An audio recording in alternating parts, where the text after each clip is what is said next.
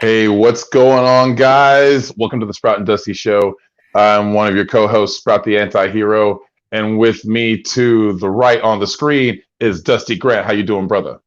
I'm doing well, man. Just getting through a long day. Excited to be here tonight on this special edition Tuesday night Sprout and Dusty. Is it Tuesday? No, it's Wednesday today. No, it's Wednesday. Yeah, I thought it was Thursday for about half the day today, and then I just thought it was Tuesday. So now we're dialed in. Now I'm on Wednesday. It feels like Thursday as fuck today to me for some reason. It does, man. It's just been one of those. It's been one of those weeks where every day seems like you're like, man, it's got to be lunchtime, and you look at your watch. You look at your watch. It's 8:14 a.m. and you're like, damn. Like last night was kind of like my Friday night. It was like I work a different kind of schedule, seeing as how I now work in a dispensary. So like my schedule still hasn't been set right. But I seriously thought today was Thursday. I was like, holy cow. Yeah, it's been like that for me all day. I was like scheduling production this morning, so that's a little bit alarming. But I actually, I got it dialed in. Looked at the calendar. I'm like, okay, I got it. I know what day it is now. It's just, it's every day has felt like Monday this week. Hey, Mike, how you doing, brother? You doing all right, man? Thank you guys for tuning in. Whatever platform it may be. If you're on Twitch and Periscope, welcome to the party. We're going to be going to Twitch exclusively almost here we have 3 more episodes here on Facebook Live, and then we're going to be making the transition. So. Yeah, so guys, if you haven't followed us on Twitch yet, it's the Sprout and Dusty Show, twitch.tv/the Sprout and Dusty Show. Please follow us on Twitch. That's going to be a great resource to catch up with the show and stay live if you want to interact with the show. As always, this show is brought to you by Big Fish Bail Bonds, the #1 bail bondsman in Wichita, Kansas. If you get in trouble, if your loved ones end up in a jam, you call Big Fish Bail Bonds. They will get you out. 316-262-4100, 24 hours a day, 7 days a week. Have your loved one wake up at home, because jail sucks. That's right. Jail does suck. And don't worry, no fish too big, no fish too small. They'll bail anything out from a marlin to a fish stick. Just call them up. Minnows. They'll get any. Oh yeah, mackerel, sardines. They'll bail them all. They'll bail them all out. So what you been up to this week, man? How's it going so far? Man, it's been going good. I've had an excellent welcome back to Tulsa. I actually went out a couple of times. I went to go see a band called Anti-Mortem a couple of weeks ago. Really good guys. I was in a band called Torque, and we played with them. They were about between 14 and 16 years old at the time. They're grown men now, but about 11 years ago, we met these guys, and they've grown up to be juggernauts. A couple of them play in Texas Hippie Coalition. The drummer used to be in Texas Hippie Coalition. Are they from Tulsa? They are from Chickasha, Oklahoma, I believe. Oh, okay. Yeah. But they it's a good show. And then I played this benefit fundraiser uh, for this nice lady who's a fan in the scene who supports everybody. And she got into a car accident and almost didn't make it, bro. So we had a benefit show for her. It was in two different locations. So you could pay one price and go to two different venues to see really good local music. And, you know, the greats played. I saw um, some cool new bands that I've never seen. Secrets of a Ghost. Oh my god, those dudes tear it up. They're great. Yeah, I saw you did something. I saw you posted something on Facebook about those guys. I don't know what I was doing, but I didn't get a chance to listen to them. But I always set like a marker so I can go back and check that stuff out. I try to check out as much new stuff as I can, but with so much of it coming out there and so much of it being, exploded in your face all day, it's like it's hard to keep up with all the stuff you want to try to listen to. Right. I don't really watch television. I'll watch films and movies and things, but like I listen to about as much music as the average person watches television. So I get a good dose of what's out there and what's new. Even new stuff from cats that have been out for 25, 30 years. It's been interesting keeping up on them. But I got a chance to see that band, Secrets of a Ghost. Man, if you guys, a lot of people aren't sure what it is I'm a fan of because I like so much music. But if you like the more modern hardcore, deathcore breakdown style of metal, I mean, these cats are right up your alley. If you live in the Tulsa, Oklahoma area, I suggest you see them whenever the hell you can. Man, they were so brutal. They were scary. Nice guys too, man. They were really cool dudes. That's usually how it works. You see this band that is just like I went and saw Napalm Death in Kansas City. Gosh, it was probably I don't know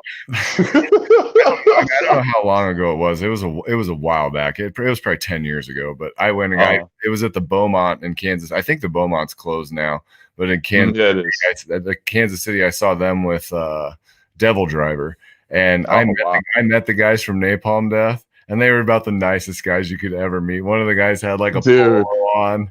I mean, they were just they were the nicest guys you could ever meet. It's just shocking to watch them play the music they play, and then you meet them like, "Hey, man, how you doing?" They were just super nice guys.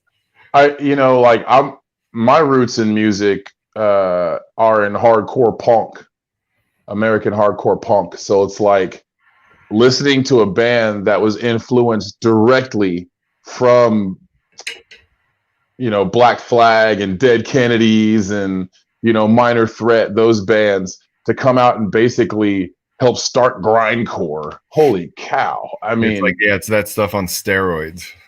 Right. And I've seen a million bands that play fast, but none of them have that precision and that tightness like Napalm Death. I mean, that's just years of playing with the same guys and, just working at it, dude. There's just something beautiful about metal music done, And right. The great thing about that is sometimes you do see metal bands that are super technical and you see them live and they're good, but they don't quite pull it off with the precision.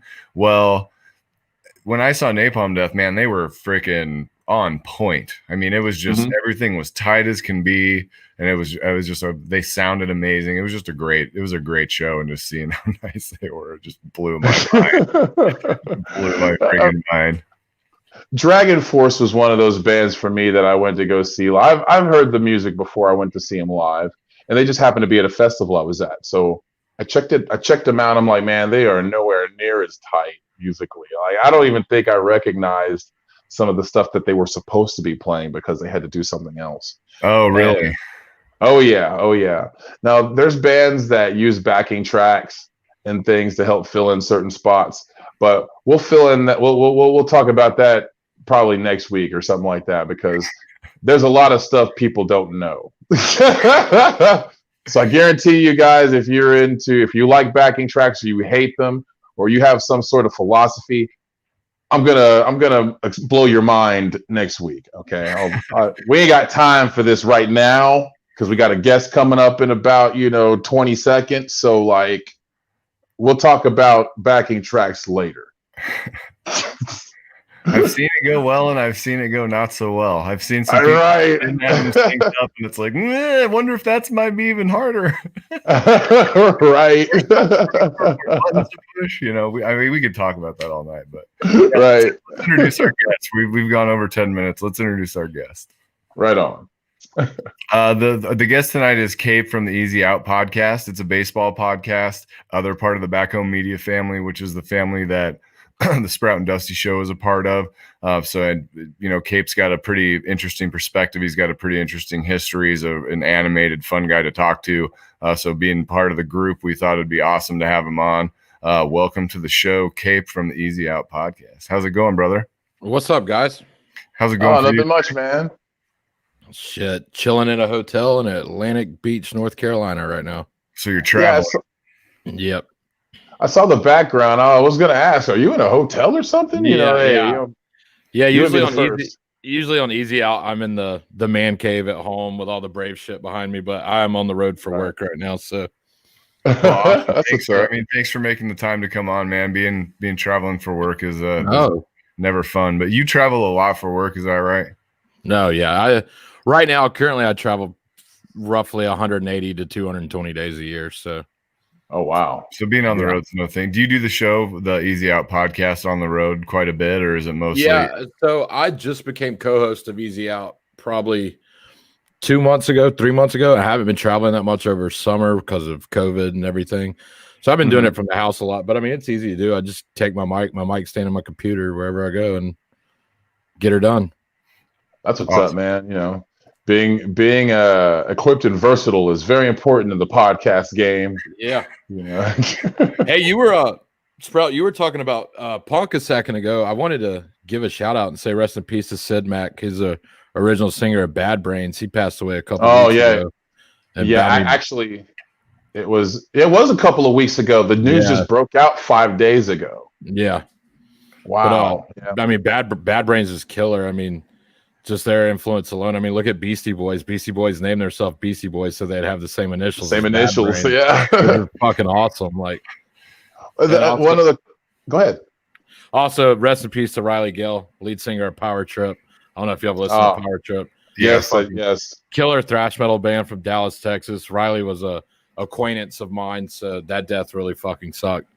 But man, so how did you come to know him? How did you come to know those guys?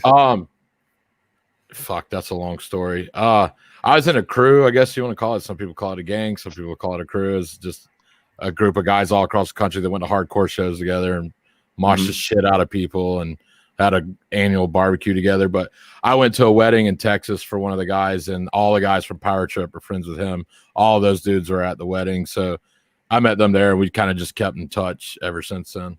That's cool.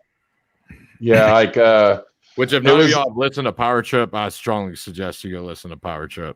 Yeah, Power Trip is some good stuff. More so, like, admittedly, I'm a little late to the party. I mean, I'd heard of it and I'd heard songs here and there on Liquid Metal and stuff like that, but I never really delved into the catalog. Yeah. And then I started doing that once I saw people posting stuff or whatever. And they're definitely one of the more harder working bands in the new school of thrash. Yeah, I mean, no, they're in your fucking face thrash metal, like, and they even came out. I respect the shit out of them. They came out and they're like, "Hey, we're not your average fucking thrash metal band that rednecks can come be dickheads at our shows. No, we're a progressive, forward-thinking band, but we play fucking thrash metal." Right. Do you think there's any way they carry on without him? I mean, he's obviously an instrumental part of the band, but do you think there's any? Look at that. Think all giving away money. I think the guys will start other projects. I'd be surprised if Power Trip continues. Luckily, they gave us 2 fucking badass albums and a live album. Yeah, which those will just have to live in infamy, I guess. Yeah. It seems to me that would be pretty hard to carry on. I know some people. I guess I don't know. Every band that you've seen out there has lost a member from time to time. Yeah. I guess I was reading something the other day that the most tenured band of like that's still going right now is ZZ Top. I guess. They've had the original member since the very beginning, and they're like the longest tenured band. Where I was gonna say Metallica, but I guess Cliff Burton passed away, and Dave Mustaine left and started Megadeth. So it wouldn't be Metallica. Jason Newsted for Robert Trujillo. Yeah. So here's a question. So we have a lot of these great bands out there, and they've had there's lineups that we recognize as stellar or monumental lineups.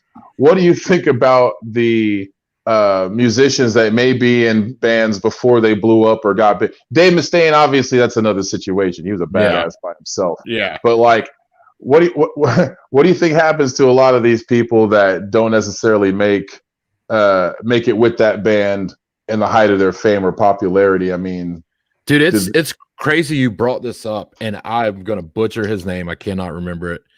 His name is Jeremy something. He was the original second guitarist for Nirvana. So he left Nirvana right before Nirvana got big. He was one of the original guitarists for Soundgarden. Left Soundgarden before Soundgarden blew up. Then he left, joined the army, became a ranger, and served in Iraq and Afghanistan. An army ranger. I'm like, dude, what a crazy fucking. How are you in two of the biggest grunge bands that ever were before they were popular, and then you leave and decide to go overseas and be a fucking badass? Like, right. Well, he must have. I mean, particularly Soundgarden at that time, Nirvana was kind of remained to be seen. But Soundgarden is definitely an outfit for those days that anyone would have loved to have been a part of. Oh, yeah, that whole 90s grunge scene is just fucking awesome. Like, I'd give anything to go live in Seattle in the 90s for 2 or 3 years. Like, I would have loved to have been a fly on the wall. I did see documentaries. There's this one in particular called Hype, and it was more so about Sub Pop as a record label and how they helped spread grunge than it was about grunge in general. Yeah. But there were a lot of these bands that were around then at the time, like Skin Yard and Seaweed and Gas Huffer. They're all sitting there. Like, one of the biggest bands that was influential to grunge that people don't even know is Mother Love Bone. Oh yeah, yeah. The lead singer Mother Love Bone passes away. Well, Chris Cornell decides to start Temple of the Dog as a tribute band to him, and then Temple of the Dog turns into fucking Pearl Jam. So right, minus Chris Cornell. Minus Chris Cornell. Chris Cornell literally said, "This guy's better. Eddie Vedder's better for this than I am. I'm going to quit singing for Temple of the Dog and let Eddie Vedder do it." And then they turned that into Pearl Jam, which is a killer fucking band. So, personally, I think they should have left their name to Mookie Blaylock. But yeah, that's dope. Anybody know who Mookie Blaylock was? I mean, I remember Mookie Blaylock. Yeah. I remember old NBA players weirdly. Mookie was dope, man. We were doing trivia where I was at my parents over, a couple of weeks ago on vacation. We were doing trivia, and it is, I can't remember anything important. Oh, there's a doctor's appointment for your son this day at 1:30. In one ear, out the other. I can't remember a day. I need to know who the actor is in a 1987 sitcom that, went 2 seasons. I can call that stuff up, and my dad dude, is I'm the same fucking way. If it's an appointment or anything important, I have to put it in my calendar or my phone, or I will not fucking remember it. Same. Right. My wife will be like, "You remember we have the appointment tomorrow?" And I'm looking at my phone. I'm like, "Yep, I got it." And then I go to work, and I'm like, "Okay, I already took it off." But I don't even recall. I don't know why, but my brain retains stupid things like lyrics to 80s songs and actors and weird. My brain is full of pointless information. Seriously, you could ask me who the starting fullback was for the Tampa Bay Buccaneers in 2001. I could tell you that, but I can barely tell you my fucking social security number. So. Was it Moose Johnston? Did he go from Mike Alstott? Mike Alstott, yeah. Mike Alcott, got you. The biggest brick shithouse white dude that's ever played in the NFL. And he even played tailback some. They used to run toss with him, and then they'd had Warwick Dunn back there. Yeah. And it was like, man, what are you gonna go with? The little shifty guy out of the backfield, or are you gonna go or the dude that's gonna knock you out of your fucking pad? Right. I probably would have faked an ankle injury or something if I was like a D tackle or a middle linebacker playing against Alstott, and I'd be like, I'm good. I'm like, hey, coach, I'm coming out for a player too. Yeah. Need a breather. Like, yeah. Been trucking me all game. So you're obviously a huge baseball fan. Why don't you talk about the podcast a little bit, man? Yeah, so I'm the co-host of Easy Out Podcast with Sarah Rogers. She's the host. I am the co-host. We go live. If you're watching, hi, Sarah. Yeah, I think Sarah is watching right now. Okay.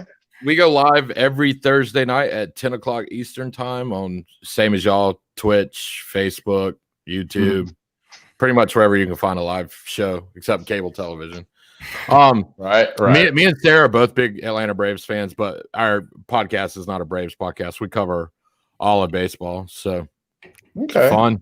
Is it mostly just? I mean, I know you guys chop it up about some random stuff because I listened today to the most. I think it was the most recent episode, but I mean, it's mostly baseball. And you guys, did you play? I mean, you seem to know a lot about like pitching and the mechanics and statistics. Yeah, I started playing t-ball in kindergarten, and I dropped out of high school my junior year of high school, and I played all the way up until then. So yeah, I mean, I had never played college ball or minor league ball or any of that, but baseball never left me. Like when I quit playing, it didn't leave me. I kept following minor league and major league baseball, and it's really funny. Baseball and metal, those are two things that have been constant in my life the longest. So. For real, that's what's up. Like go ahead. Sorry. Oh, it's been similar. You know, I'm 6'7". Obviously, I'm a basketball fan, so I'm a Boston Celtics guy. But if it weren't for sports, basketball and football in particular, and music, I'd probably be a bank robber. I can tell you right now, if it wasn't for sports and music, I'd probably be dead right now. Like, seriously, that's been that big a part of my life. So you say you're a basketball guy, you will never guess my favorite basketball player of all time. Who was that? You'll never get Hakeem Olajuwon. Oh, man, he was a great dude. Yeah, he is badass, dude. He's fucking. How does a tall guy have footwork like that? Right. And it was also back in the day in basketball when if you were getting on my nerves, I can give you a little fucking elbow to the mouth and I'm not going to get fucking thrown out of the game. Like today's NBA, everybody talks about, you know, LeBron and all these guys, how badass they'd have been back in the day. I'm like, no, dude, they'd have got their ass beat back in the day. Like, coming to Tumbo and fucking Olajuwon. Oh, yeah. Oh, but Tumbo is fucking awesome. Shaq, oh my god, dude, they make fucking beast. They make you pay in the paint. Yeah, like you're gonna have to shoot threes all night if you're gonna. You're play not coming in here and doing that fucking Euro step shit because I'm gonna knock you out of your fucking but now, even if you like try to position up in there, they're gonna call you for a foul, right? Because you're in the circle. Oh yeah, whatever it is. I mean that thing is just ridiculous. How are you supposed to defend anything? I mean, it's like, well, you're only allowed 3 seconds. If you're defense, you're only allowed 3 seconds in the paint, isn't it? Right. Yeah. So like, I remember when that rule came into play, probably in the middle of the 2000s. Yeah. So man, that was kind of weird. That kind of discouraged people from shoving somebody in the paint and just waiting on somebody to come by. Yeah. Well, they probably changed it because of Shaq, probably. Because you remember the days when he would just fucking wreck. He got inside the line and it was over. Like they'd feed the ball in, little bounce pass, and Shaq would get it on the block, and you're like, oh, it's over. Boom, and he would be stuffing it down someone's throat. I mean, there was nothing. It's crazy. Shaq was such a good athlete to be as huge as a fucking human being as he was. Mm-hmm. Like, oh yeah, and there was that story that I don't know. I don't even remember where I heard it, but there was that story where Kobe Bryant always used to be so pissed off at him because he had so much more potential. He's like the greatest quote of all time. The greatest quote of all time was Kobe Bryant to Shaq, and Shaq was like, "Kobe, there's no I in team." And Kobe was like, "Yeah, but there's an ME in that motherfucker." Yeah, that's the greatest quote of all time. That's like Kobe said to Shaq. Shaq said that when Shaq spoke at Kobe's funeral. Shaq told that story. I'm so glad he told that story because it's such a iconic Kobe. Kobe. Yeah. Quote. Well, and it's like, he probably knew at that time. He's like, if this guy actually put forth the effort, or 75% of the effort that the other players are putting in, he'd be the most dominant player in the history of the friggin' world. He'd score 80 games. I remember in the last year, of course, I love Charles Barkley, but I hate him too, and that's all right. But Charles Barkley, he liked to get on people's nerves sometimes, and a lot of the times he makes sense. But he was talking about how LeBron James whines all the time, and in relation to how he's comparing with Jordan and where he should be in his career. And LeBron, for the first time in his career at that point, had always really kept quiet at his critics to a degree to where he wasn't distracted by it. But he basically straight up told Troy, like, look, I'm not you. I've got championships. I wasn't going to go out and get wasted the night before a finals, a game 7. I was, he was out busy gambling and getting fat and couldn't maintain his weight. Yeah. He really ripped into Charles Barkley. Yeah. Speaking of getting drunk, did you watch the ESPN special, The Last Dance, about Michael Jordan? Yes, it was great. The whole thing where they were in the fucking finals and he had to go to Dennis Rodman's hotel room and get him out of the hotel room with Carmen Electra like the morning of a final. Like, bro, right. Dennis Rodman was fucking crazy. Like he still is. Like I remember being a kid and like seeing Dennis Rodman being like, dude, fuck yeah, I want to color my hair different colors. I want fucking I did, it looked badass. And then fucking 20 years later, I'm covered in fucking tattoos and I've dyed my hair all these colors. Like, dude, that dude's off. I've got a fucking 90s Bulls Dennis Rodman jersey hanging up in my closet. We're watching the games and my dad's like, no, don't even say it. Me with that shit. No. Born and raised in the South, I'd be like, dude, my dad's like, we're not watching the Bulls. I don't want you watching Dennis Rodman. I'm like, come into my room and watch that shit. Well, Dennis Rodman's from Oklahoma, yeah. That's really? I didn't know that. Yes, he got drafted from some northeastern Oklahoma college somewhere. What was it like to play against him at that college? Because you're like some NAIA college and you're trying to guard Dennis Rodman. Yeah.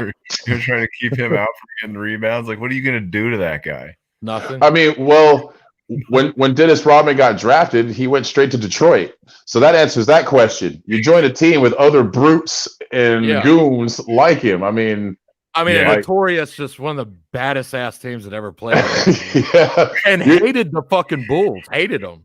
Oh, Detroit fans still hate the Bulls. Yeah. They still hate the Bulls. And okay, so let's say Michael Jordan's story about facing the Pistons for the first time in a playoff game is beautiful because he said while he had skills, he was not physically strong enough to take Bill Laimbeer's elbows. He was not strong enough to take Bill Laimbeer's shoves. He was, hey, what's up, Sarah? Like he was just not strong enough. So, hey, what's going on, sis? That's my sister, Lindsay. What's going on? What's up, sis? What's up, sis? He goes to the gym every day in the off season and beefs up as much as he can just to face the Pistons because he knew that's who he had to get through. Yeah, man. But the Pistons is still straight knock you on your ass. Yeah, they're brawlers, dude. Because it was Isaiah Thomas, Bill Laimbeer, Rodman. Yep. Joe Dumars was on that team as well. Yeah, that guy was a gangster too. I mean, he wasn't putting up with anyone's shit, but he was quick. I mean, dude, honestly, they were a fucking hockey team playing basketball. That's what they were, like, and it was working for team on a basketball court. And it was working for him. Just busting people up. Like, I don't care how technical you are or how much you can shoot. I'm going to bust basketball was still played like that today. I would not miss a single fucking second. No, I wouldn't. I would be glued to my TV. Look at the athletes. Like right now, I don't want to tune in and for 48 minutes or how are longer games now? Didn't they show 48 minutes? Is it 48? Yeah. I don't want to tune in for 48 minutes and watch dudes Euro step and shoot threes. Like that's fucking boring. I don't want to see that. Yeah, it's boring. I want to see dudes go inside and either dunk on your ass or get the shit blocked out of them. I was bored. I was bored watching the Golden State Warriors championship runs. I was really bored. Yeah. Like watching highlights of the Splash Brothers every damn night got boring. It got old. To me. I'm like, bro, I mean, I can't shoot a 3-pointer at the level y'all do, but I can go in my driveway and shoot a fucking basketball from fucking 30 feet. I can't go in the paint and dunk on someone that's fucking 7 foot tall. I can't do that. No. You know? It's just crazy because you like when they show those guys in warm-ups, they're just shooting from 30 feet, just dropping them. Yeah. One after it's the most relaxed posture ever. Yeah, it's like Damian Lillard crosses the half court line, and if he's anywhere across the court and you can guard him, he's draining shit on Euro step. That's like the Hawks. The Hawks have Trae Young now. That motherfucker will shoot from 45 feet like it's nothing. Like he'll be bringing the ball up court and be like, "Oh, nobody's coming over here to guard me. Sweet, fuck it, put it up." I'm like, yeah, bro, no, like play basketball. God damn, it's not horse, you know? Yeah. I was always a big Sean Kemp fan for that reason. Yeah. I love Sean Kemp, dude. I mean, he had like 87 kids with like 80 women or something like that. I think that's what happened to him. Like child support just broke his ass. But he used to freaking posterize people. Oh yeah. And he was gonna let you know, and he was gonna make you look bad, and he was gonna let you know. And it's like nice. To all the people watching on Twitch, Periscope, and Facebook, thanks for tuning in. If you haven't, please follow us on Twitch, twitch.tv/The Sprout and Dusty Show. And please connect with the Easy Out Podcast. Tell them how to connect with your podcast, brother.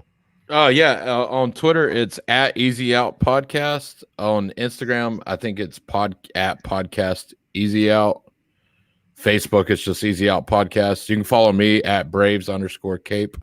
On Twitter. Don't find me on Facebook. That's for my family. Okay. And yeah, that's it. Yeah. I would tell you Sarah's Twitter information, but I don't know it off the top of my head. So yo, fat kid, where that broccoli at, man? Where that broccoli? Yeah. Put Sarah's ad up there. He might have fell asleep. There you go. There's the broccoli. Yeah. Nah, he probably went out for weed and a cheeseburger again. Up there it is. He can go to fucking In-N-Out whenever. For real, we got the coolest producer, man. Fat kid, like we'll do the show like this and just be natural. Never know. He just ran fucking errands during our show. Like, really, dude? That's awesome. There's the co-host of the Easy Out Podcast, Sarah. Her Twitter is, and there's our Twitch, Sarah HR7D at Sarah HR7D, and their Twitch is Easy Out Podcast. So follow us on Twitch, follow us on all this stuff, guys. That helps us out a ton. We're not going to be spending much more time here on Facebook. Where we will still be promoting here, and you'll know when the show is, but we will not be hosting the show here anymore. Yeah. Why would we? I mean, at some point, can you say fuck Facebook, or will we get kicked off for saying you can say whatever you want? No, fuck Facebook. We out of here anyway. If they kick us off, I'm afraid Mark Zuckerberg's watching this podcast right now. He's like, "Nah, fuck these fools, kick them off right now." Reptile man is as soon as you say fuck Facebook. Yeah, it's like the snake ears will hear us say it immediately. Yeah, let Mark Zuckerberg walk in my fucking hotel room. Do you guys kind of have that same mentality towards Facebook with your podcast? The way things are going. The way we've talked, I think we really want to move everything towards Twitch. I mean, Twitch is just anybody listening to this that does a live show. Twitch is so much better for anybody that creates content. So right, if you create content. Well, I mean, you can fucking sit in your room on your computer and watch a fucking movie with 2,000 people and make money off of it. Like, Twitch is awesome. Yeah, Twitch is so far from what I've seen, and we haven't gone. I think this is maybe our third episode where we've gone live on Twitch, and we're going to end up doing more on Twitch. We've got a couple big things planned for that. Yeah. But so far from what I can see, man, Twitch is like welcoming you and encouraging you and helping you build your channel and giving you the tools to be successful on their platform and being like, hey, get to here, guys, get people interacting. We're going to take care of you. And then they're smart too, because they took something that everybody's doing. Everybody's streaming video games. Everybody's doing a live show or a podcast. And no social media platform or anything is helping those people do that. So Twitch is like, fuck it, we'll create something where they can do it, they can monetize it, they can make money off of it, and we'll help them do that. And I thought I've that got was a buddy good. that plays fucking video games on Twitch and makes like $20,000 a year off playing fucking video games. God bless him. I mean, he also has a regular job. He makes money and then just plays fucking video games with people watching. Like, why wouldn't anybody root for someone to be able to do that? You know, and I noticed fucking American dream. Yeah, and I notice on Twitch, like a lot of people they might not have huge channels, but they do have a loyal following on Twitch. Yeah. And it seems like their following becomes like a community for the show and all that type of thing. Like and 3 weeks, no, it's probably longer than that. It's like a month ago. I didn't know what a Twitch raid was. I'd never even heard of that. Well, we were doing Easy Out one night, and we were towards the back end of the show, and a Twitch raid started happening. Next thing I know, there's like 60 people commenting in our show. And we landed up staying on air for like another hour and a half, just fucking around and talking to these people. Like, answering questions, shooting the shit is awesome. Yeah, and hopefully stuff like that happens. But like, when we're doing this stuff, we're always hoping that the show goes in like an organic direction. And when you have interaction, that's one of the cool things. Yeah. There's disadvantages to doing a live podcast because you can't cut anything out. You can't make it sound perfect. But the advantage is the spontaneity, and if people are really interacting and people are really getting involved in the stream and commenting and asking questions, like they can dictate how good the show is almost. Yeah. If you're willing. And I'll be honest, so before I started doing Easy Out with Sarah, I've always listened to podcasts, baseball podcasts. I listen to some music podcasts, some metal podcasts, and then I listen to a few true crime podcasts. And the number one thing that pissed me off is every time I listen to one, they'd start talking about something. And as I'm listening, I'm like, fuck, I want to talk to them. Like, what they just said was wrong. I want to correct them, or what they're saying. I want to be in the conversation. So when Sarah asked me to co-host, and I did the first one and saw how it went, I was like, oh shit, these people can talk to us. Yeah. So that was like the coolest aspect to me, was like doing it live and being able to take questions and answer questions, have people be a part of the conversation. And even have a little educational section to it. You know what I'm saying? Like everybody in that atmosphere is actually learning together. Yeah. So that's cool. Well, if there's anything that this country could fucking benefit from, it's people talking more to each other too. So having people talk. Yeah. Sorry. Should I drop my mic real quick? Or yeah, I mean, it is baffling that like what we're being offered right now is the best that we can do. You know what I mean? Like we have two choices, and this is them, and if you're not just psycho about one thing or the other, these are your choices. It's just strange. I mean, the communication. I don't really get super political on anything.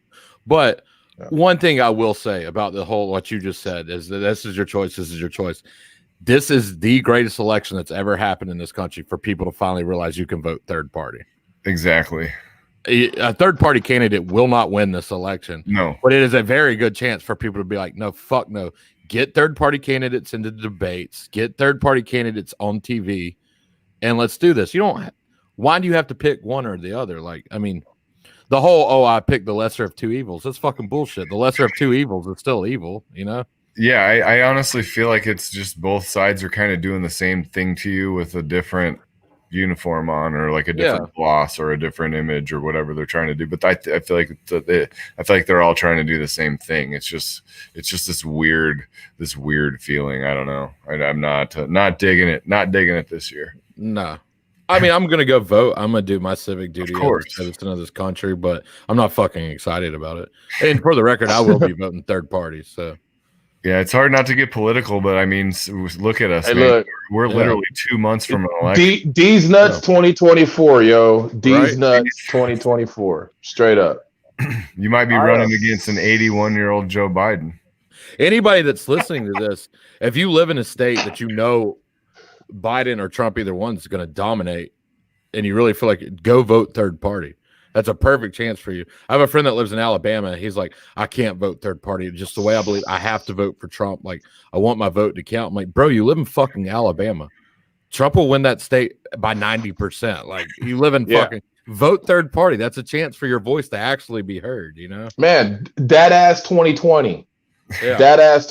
That's a campaign I can get behind. I'm voting that ass 2020. Chuck. I ain't never met an ass I couldn't get behind. So that's what's up, dude. I'm right. If my fiance's listening to this, I was kidding, baby.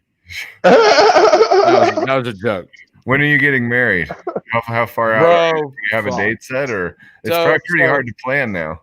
So our relationships, you know, she got pregnant. We had a child. After she got pregnant, I proposed. The plan was to get married this fall. Well, yeah. China released a virus on this country or on the world called COVID. It just fucked everything up. So now we're not getting married this fall. We're buying a house at the beginning of the year next. I don't know. We might just go to the fucking courthouse, say fuck it, and then go to the Bahamas for a week. I don't know. I mean, that's the way to do it, though. If you think about it, man. we have a child. We live together right now. We're buying a house. I mean, we're married right now. I mean, for real. I don't have a ring on my finger. We don't have a piece of paper. Away from the bullshit and just go chill you two somewhere. Yeah. Right. I mean, that'd be a good honey, but I mean, you got to celebrate with all your family and friends, right? You got Yeah, to that's the shitty part. Is we want to have a wedding and then have a reception where we all get shit house drunk and dance our ass off to music all night. So but a fucking wedding costs like 20 grand, 10 grand. I'm like, bro, fuck. I can't finance that and then also fucking buy a house next year. So my second wedding only cost $400, marriage license included. Right? we ate chicken wings and fucking like barbecued meatballs and that's a my keg kind of beer. Wedding right there. For real, bro. We got married in one of her friends' houses in her backyard or whatever in the living room and stuff. My dad and family drove in from Wichita to hang out. There was about between 50 to 60 people. It was just small and didn't really spend that much money. And plus, my ex-wife, she didn't want to buy some big expensive wedding gown. I mean, hell, we're both on our whatever number of marriage at that point. So it's like, let's keep it cheap. Right? Oh man, we had a big party, and I made the mistake of just doing an open bar, and it was at the Hyatt in Wichita, and I mean, we invited people. And it was a big deal. And man, I got that bar bill and I was like, what? 17 kegs of Boulevard? I'm like, what? Damn. It's funny you said that. I did that on a cruise. For the first cruise I went on, me and an ex-girlfriend went on a cruise together.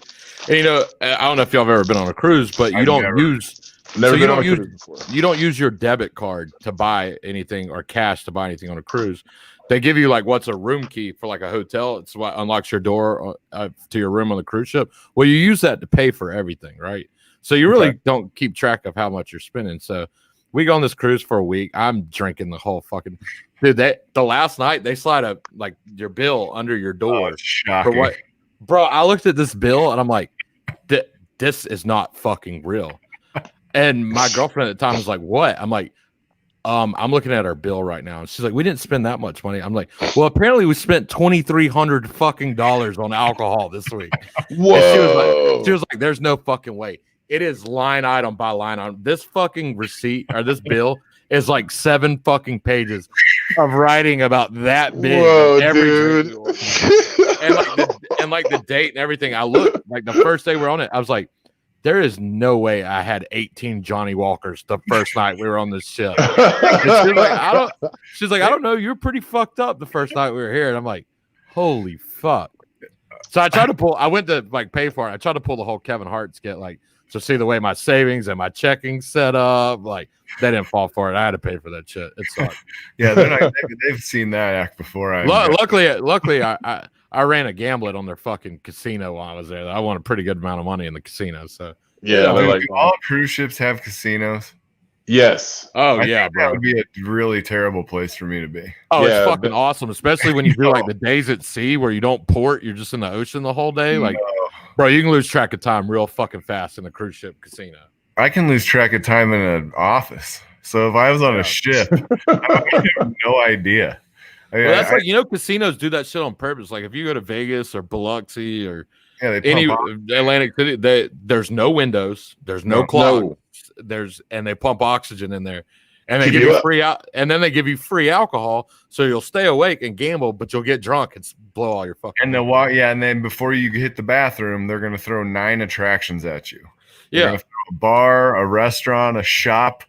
Slots, tables, and then right there before you go in the bathroom, there'll be 25-cent slot machine right before you walk in the bathroom. Exactly. Yeah. Fuck you. Yeah, I'll gamble this 20 before I take a piss. All right. Every time I play a slot machine, I feel like there's someone watching me on the camera because, like, I'll pump a $20 bill in that bitch, and I won't win one damn time. You know, not one. I'll push that. You want me to give you the trick? The slot machines? No. Stand there and watch people play slot machines. Watch whoever's losing. Watch the person that gets fucking mad and gets up and storms off, and then go play that machine. Oh yeah, because you're gonna hit the you'll win. I'm not kidding. I've seen so many old ladies in casinos screaming motherfuckers for that, dude. Oh like, yeah, that's my machine. Just hit the jackpot. Smoking their fucking Virginia Slim, just mad as fuck. Hell yeah, machine. Yeah, man, just mad as hell. I've seen that, man. I mean. Go ahead. Do you ever go to? Have you ever been at a blackjack table where someone like shuns you if you want to sit on first base or whatever? No, bro, I have a better story. I was in Joliet, Illinois. It's about an hour south of Chicago. We've been at this casino for a while. I've been sitting at this blackjack table. So dealer's here. There's one seat to the left of her. I'm in the second seat. I'm the only person at this table. And I've been on a heater for like 45 minutes. Like 45 minutes, I've lost like 3 hands. So I'm up $2,800, $2,900 at this point. Mm-hmm. And there's people standing behind me watching me play all out of respect. Like, I'm not going to sit down like this dude is fucking busting ass right now. This dude walks up and sits down, like the first seat to her right, sits down. And I look, I'm like, really, dude? He's like, I want to play. I'm like, bro, I'm on a fucking heater, like a big time heater. Like, I really don't want you to sit down. And he starts getting buck and yelling at me. This fucking crazy ass redneck dude that's been watching me play beats the fuck out of this guy. Just walks up and punches him, and they start fighting. I'm like, chivalry is not. I'm dead. Like, I don't know what the fuck, dead, bro. I don't know what the fuck's going on, but I'm pretty sure God's telling me to take all these chips and go cash them out and go the fuck to the hotel right now. That's what I did. They were fighting, like they were still fighting. I picked up all my chips, walked past them fighting, went and cashed them out, and went home. Hell yeah! I was at the Wynn in Vegas, and I don't remember. I think I was there for my family or with my family or something. But the Wynn on a Saturday night is a pretty ritzy place. Yeah. Oh yeah. I at that time especially, I had no business hanging out in the Wynn on a Saturday night. Yeah. And I tried to sit. I had $100 bill, and I tried to sit down at a blackjack table, and it was $25 hands. And there was a lady that had like huge towers of shit that was like colors I'd never seen at a casino before. They probably had like 20 or 25 grand. I tried to hand the deal, and I was gonna say, and I was just not trying to be a dick or nothing, just ignorant. I got $100. I'm gonna walk up to this table and play. That was it. I didn't look and assess the situation. I just gonna go sit down and order a Red Bull vodka and lose my $100 and get my drink and get out of there. And they were like, "No, sir, we're sorry. We can't sit down here tonight." Yeah. I'm like, what? My $100 doesn't spend? And then I look over take your poor ass on to they're like, get out of here, you broke dick. Go back to the Horseshoe. Yeah. With your broke ass. That's fine. That's where I belong. Speaking of the Horseshoe, I've had some good ass times at the Horseshoe in Shreveport. That's where I've had all my. That's a cool ass Horseshoe. The one in Vegas, man, that's been my best times. My dad taught me how to play craps there. Like right when I turned 21 at the Horseshoe, and you know, when you're playing $2 craps, you can freaking take $100 bill and stand there all night and drink 30 beers. You know what I mean? And you guys are sitting there talking like high rollers, man. I only won $30 getting wasted at a Winchell's casino in Las Vegas, man. Like, I don't have y'all's kind of luck. Mine is only with blackjack. I don't know what the fuck it is with me and blackjack, but I'm fantastic at it for some reason. Any other game in a casino other than poker, I'm really good at poker, but I don't play poker in casinos. I'd rather play a cash game in some dude's basement. But any other game, craps, roulette, slot machines, any of that, fuck no. I will lose all my goddamn money. The only one I can win at is craps. That like in the casino, the only game I've ever walked out of there with money from is craps, and it's been, you know, I've played craps 30 times and I've won maybe 5 times. Yeah. I was actually at a table in Kansas City one night with it was an NBA. It was Ty Lawson. He was an NBA basketball player at the time. I don't know if he's still in the league or what, but he was a pretty high draft pick. He was making big money. And I was at the craps table and I was playing, and this dude, he got the dice and he had a freaking huge ass watch on, and he had the same thing, a stack of chips that you've never seen those colors before. But I didn't know who the guy was. And he started rolling, and he rolled for like an hour. Oh my and I'm God. sitting there and I was playing with like $5 at a time. And before I knew it, I'm like, I have $1,900. Yeah. Yeah. 7, and I was like, I'm out. Ty Lawson is my favorite player. Yeah. I'm assuming that's your favorite basketball player. Yeah, I don't know what team he plays for, but he's now my favorite player. And that dude just rolled him, and he hit every point for just about an hour. And all of it, dude, it was electric at that table, man. It was a lot. It was a lot of fun. I saw a video the other day. These dudes put, I'm gonna get these numbers all wrong. They were playing roulette and they put $100,000. They put $280,000 down total, and in like 3 turns, and hit all 3 of them. They walked out of the casino with like $2.3 million. And dude, the video is crazy. Like the entire casino is going fucking ape shit. Like I can't even imagine. No, man, I can't imagine it being the late 1800s, and you walk into some casino / brothel bar place. Yeah, but that place was cool. If someone takes your money there, you can just go out in the street and shoot them. Like, you can go, bro, we're going out in the street right now. Like, let's fucking go. You took my money. Just imagine buying the house. Yeah. Just imagine winning the house. Yeah. And they'd have to give it up to you. That's crazy. What's up? My name's Cape. This is my fucking casino now. Right.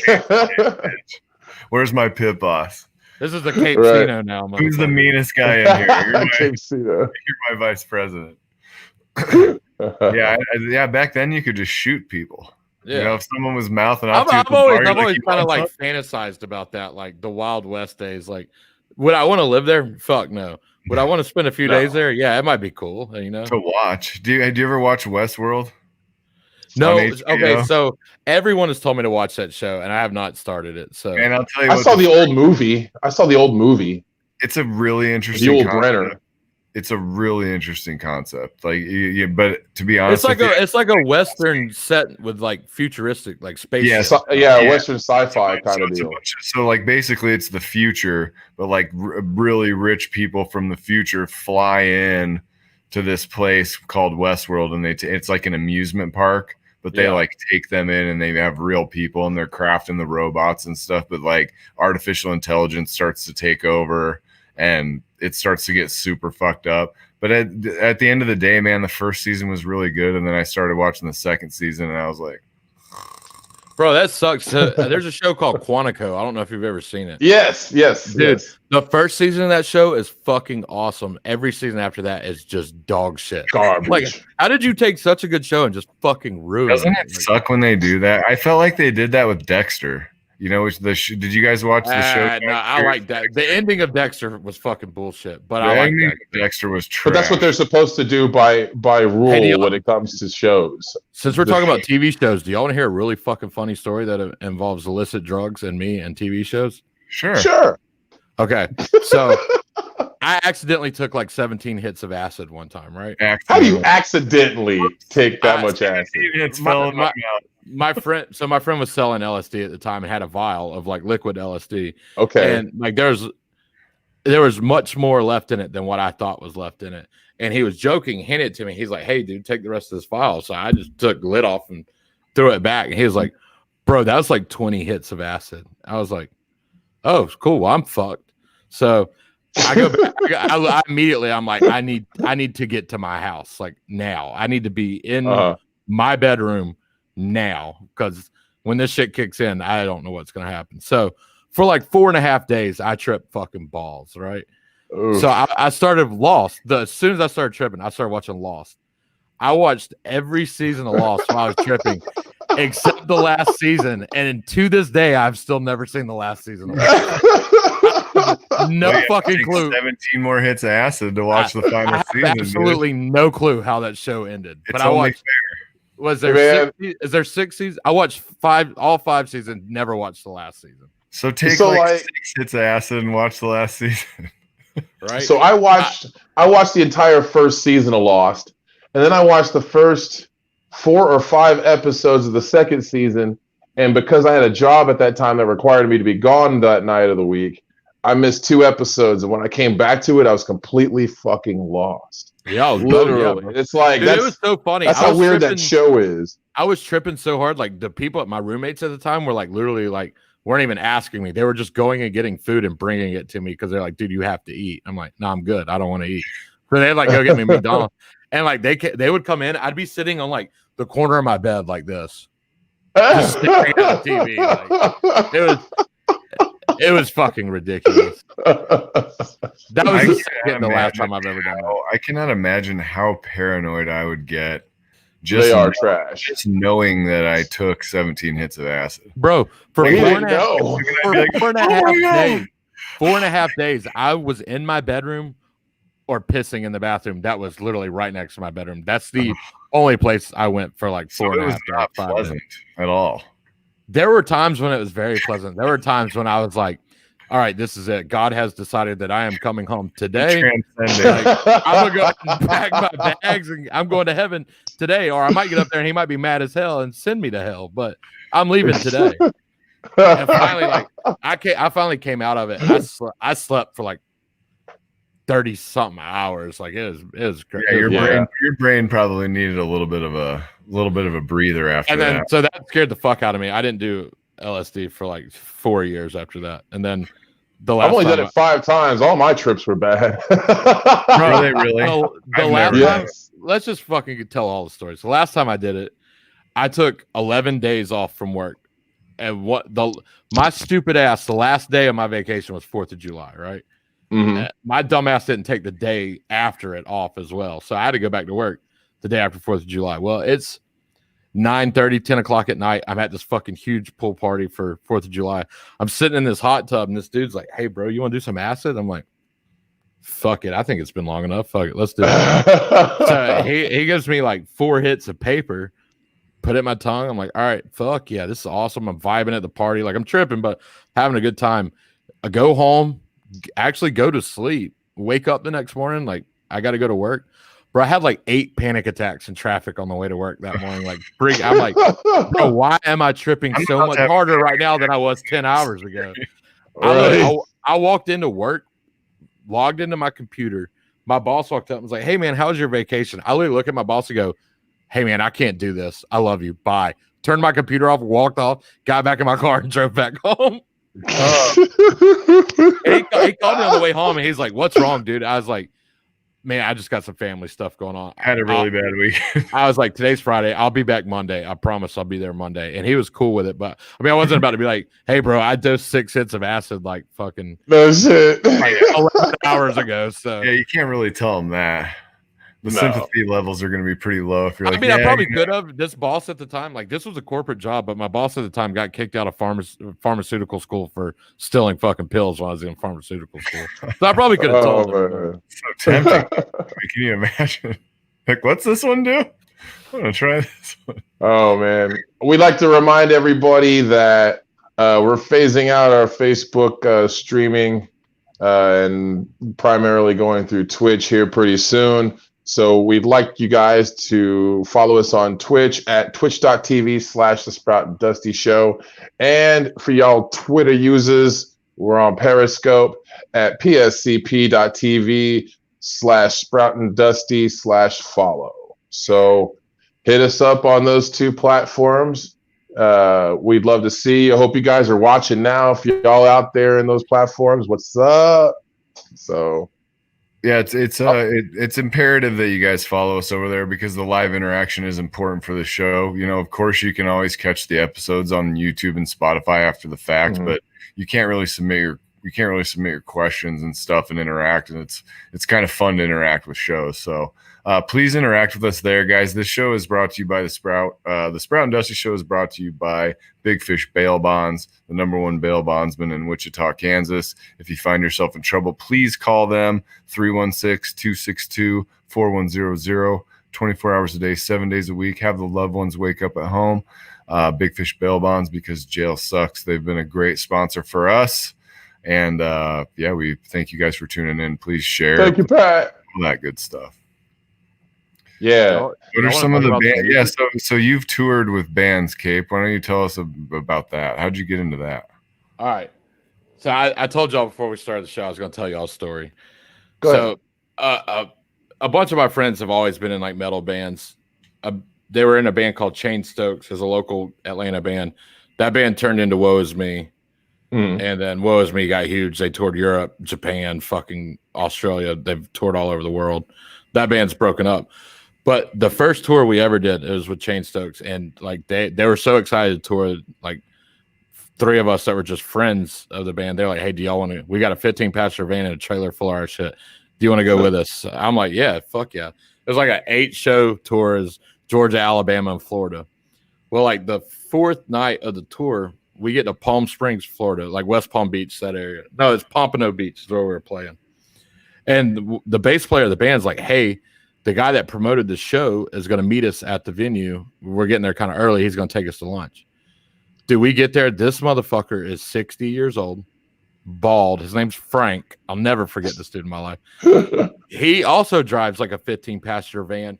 And our entire band, like the picture of the band I'm on tour with, he has had the van vinyl wrapped. Like, so, like, we're in a fucking nothing band that's got like 3,000 friends on fucking MySpace at the time, like plastered over this dude's van. We're like, all right, fuck, this will be cool. Well, this venue holds like 500 people. This is a small venue. So, like, we sound check and everything. We go out back behind the venue to, you know, hang out at the van, just drink, smoke weed, hang out. Do we walk back into play? There's like 850 fucking people in this venue. We're like, sweet. What the fuck is going on? So we had the next day off, and we get back to Frank. Frank's like, hey man, so my real job, I'm a property manager for a landlord, and we have a house on the beach that there's no tenants in right now, but it's fully furnished. Y'all are staying there tonight and tomorrow night because we have the next day off. So we're like, oh fuck yeah, we don't have to sleep in the van tonight. So we leave the show, drive to the house. Half the motherfuckers that were at the show are already at this house that we were at. So like we get there and like everyone's like coming up to meet us, wants to like take pictures with us and shit. I'm like, what the fuck is going? Am I a rock star? Like, I'm not even in this band. I'm not in the band at all. But like, you know, like when you go on like big tours, you get like a tour flyer that you wear around your neck or wear on your keys or whatever. Well, we went to fucking Kinko's and made those ourselves. Like our friend like made it up on Photoshop. We went to Kinko's, printed them out, had them laminated and everything. So because I had one of those on, people were like, oh, hey man, can I take a picture with you or can I get your autograph? I'm like, this is the dumbest fucking thing I've ever been involved in. and I want to do it the rest of my fucking life. This is awesome. Hell yeah. We did that tour, and then we did a few more tours with that band. That band was called Chainstokes. You can go look them up on YouTube. It's just fucking late 2000s fucking metalcore, basically. Okay. And then they turned into, there was a band called Of Machines from Atlanta. Half that band and half of Chainstokes made the band Woe Is Me, who got signed to Rise Records. They got fucking huge. I did like their first two tours with them, TM'd those tours, tour managed those tours, which is fucking, it was really weird. Like I'm a guy that doesn't know shit about TMing, and now I'm TMing a tour for like one of the biggest record labels in alternative music. I'm like, yo, what the fuck? I get a $25 a day per diem. I don't. What does per diem mean? They're like, we give you $25 to spend whatever you want every day. Yeah, I'm like, I don't even know what the fuck this is. And they're like, you can spend $25 a day. And I was like, all right, sweet. I know what I'm gonna do. I'm gonna go to Subway. I'm gonna get a $5 footlong. I'll eat half of it for lunch, half of it for dinner, and the other $20 I'm gonna spend on liquor or beer the rest of the day. Like, so that's what I did like every day on that tour. And then I don't know if anybody listening knows who Attila is. Attila's fucking huge. Attila's from Gwinnett County, right where I'm from. I've been friends with him for a long time. Chris Franzak was on Made on MTV. I'm sure everybody remembers that. I'm actually in that episode. He plays a show in my friend's basement on there. They got big. I did a few tours with them, and then it kind of just phased out. I'm like, bro, I am a raging fucking alcoholic that's in a different city every night. I should probably find a real job and like keep my ass grounded for a little bit. So that's like the whole deal with me. But I mean, I've always been a huge, like, I wouldn't say integral part, but a huge part of the Atlanta metal and hardcore scene. I always booked shows, promoted shows, was at shows. So yeah, the older you get, that lifestyle, it probably gets a little harder. I haven't been out for like super long runs, you know, but I can only imagine if you're out like some of those big bands when they're out doing 3-4 month runs where they're playing. The longest I did was like 38 days, and even that is like, that's bro, I've been fucked up for 38 days. Like, yeah, I mean, it was cool though. You meet all kinds of people. You get yourself into all kinds of situations. You get to party with a lot of people. It's cool. It's definitely a lifestyle. It makes you wonder, like bands like Motley Crue and like these bands that were notorious for doing this every day for years. I'm like, how they're still alive. How are you alive? Like, and they were doing like shit that I would never in a million years, dude. Like, You'd have, I'm not you'd have doing, to be like I'm not doing heroin. I'm not doing meth. Like, I'm not doing any of that. Right. Those dudes are doing that like every day. Like, I'm like, fuck that. some Like, genetic specimen, like guys like guys like Keith Richards. Like you read his biography, and he's he was developed in a test tube in a rock and roll science lab. Yeah. For real. They had him on a radio show, and he's like, "Well, I was out till about 5 this morning, and then we came straight here." And he's like, well, 70, that's like, I don't know how old he is now. Is he 75? I don't know how old he is, but that's like Pantera, Dimebag Darrell, like probably the greatest metal guitarist that has ever lived and probably will ever live. Like Phil Anselmo, the lead singer of Pantera, was like, dude, Dimebag would fucking start drinking and would drink all night before the show started, would come into the green room and make me take shots. We would play the show. He'd play his fucking heart out perfectly, would get done, would drink till like 5 o'clock in the morning, go to sleep till like lunchtime, get up and start drinking again. And did that every single day when they were on like world tours. I'm like, how? Like, and then not only do that, but to get on stage and play guitar at the level that dude played guitar, like, right, fucking consistently. Insane. Yeah. I'm playing a few open chords, and I have a couple Coors Lights, and I'm like, whoa, this is tough. Yeah. Shredding. That's like I just bought a guitar and an amp and everything earlier this week. Decided I wanted to play again. That's a funny story. I'll tell you about my past of playing guitar. But one night I drank like 4 or 5 beers and started playing. I'm like, bro, this is fucking hard. Like, I'm not even good when I'm sober, but right now I can't even figure out remotely what the fuck I'm trying to do. Like, right. Speaking of the guitar thing, I had some friends. I moved in with some guys that were in a hardcore band from Atlanta. And like they had band practice, that we all smoked weed, we all hung out every day. They would go in the garage and jam every fucking day. Like even if it wasn't their shit they were playing, they would just write stuff or play music. Right. Well, one day like we did shrooms. I'm like, man, I could play that fucking guitar. They're like, no, you can't. I'm like, I can play that fucking guitar. And they're like, all right, whatever. Oh, well. So I picked it up. It sounded like dog shit. I didn't know what the fuck I was doing. But every day out for like 2 months, I'd go in the garage. Their actual guitar player would play drums. I'd play guitar and we'd just jam. Well, it got to a point where I wrote like 6 riffs. Like I had 6 riffs that I had made up that I could play confidently and I could add breakdowns to them. So I wrote like 8 songs off of these 6 riffs. Like 2 of the songs were the exact same riff. I just played them different. I either played them faster or slower. Dude, so I got like 4 friends. We made a whole band, or 3 friends, a drummer, a vocalist, and a bass player. Dude, we played 35 shows that year, and I played guitar for like 25 of them. The last 10 I did vocals, but like 5 shows in, I'm like, what the fuck? I don't know how to play guitar, and I'm a fucking guitarist in a band that like 200 people are showing up to fucking see this. Like the last show we played, there's like 1,500 people at the show, which I was doing vocals by then, but I'm like, it was a benefit show. One of my friends' moms had cancer, and we did a big benefit show for them. A bunch of big bands from Atlanta played, and we the biggest band in Atlanta, I let them headline so we could play right before them, so everybody would still be there. I didn't want everybody to see that band and then fucking leave and not like that. I remember in that spot where the last guy, like, man, everyone's gone. Yeah, this sucks. I remember walking out, and I'm like, holy fuck. You can't stand in this room. These motherfuckers are watching us. It was so much fun, though. Like, but still, the fact that I played like 35 shows on 6 riffs is pretty fucking good. I have that same feeling all the time, buddy. Don't worry. Nobody ever wanted me to play guitar in their band, you know. Like, well, it's funny though. Like some of the songs, like if people were like moshing the fuck out of each other, I'd literally just start the song over and play it like 10 times slower than I was playing it to begin with, and people would still just beat the shit out of each other. I'd play it for like 2 minutes straight. People would just beat the shit out of each other. I'm like, this is the coolest thing I've ever been involved with in my life. Oh man. Well, right on. I guess we're gonna wrap things up right now. Mr. Dusty Grant, how you doing? I'm doing well, man. Yeah, thank you guys for tuning in. Cape, thanks for coming on the show. Bro, thanks for having me. Of course, man. Yeah, dude, it's been a pleasure, dude. Absolute pleasure. We'll have to have you back. Yeah, thanks for coming on, doing the stories, telling the stories, and interacting, telling us about your show. Thank you guys for tuning in on all the different platforms. It's a little bit of a transition we're going through right now, switching some stuff around, but we will get back on track and be organized and get you all sweet guests like you're accustomed to having.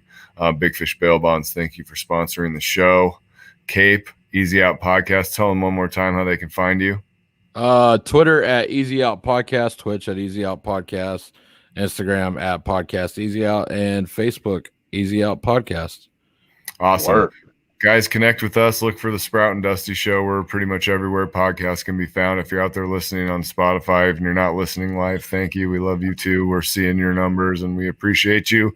I think there's only one thing left to do. Brush your motherfucking grill before you cross the street. Yo, fat kid, drop that beat. Well, I don't think and I thought it, that's different. I said what I said and I meant it, or lamented. Words given weight without thought in a person, the way that I talk and the way that I ought to be able to pause and to say that the fault can be placed on my arms. To this playful assault, to disgrace in his arm. Pray for the day they could wait for the calm. You can't control the storm, only weather it. Whether it's 5 weeks and 5 days of rain sideways, or scorched earth, search for death or water left with all the thorns, with the petals gone. Settle on the breath of autumn. If the crown fits, wear it. The crown fits. If the crown fits,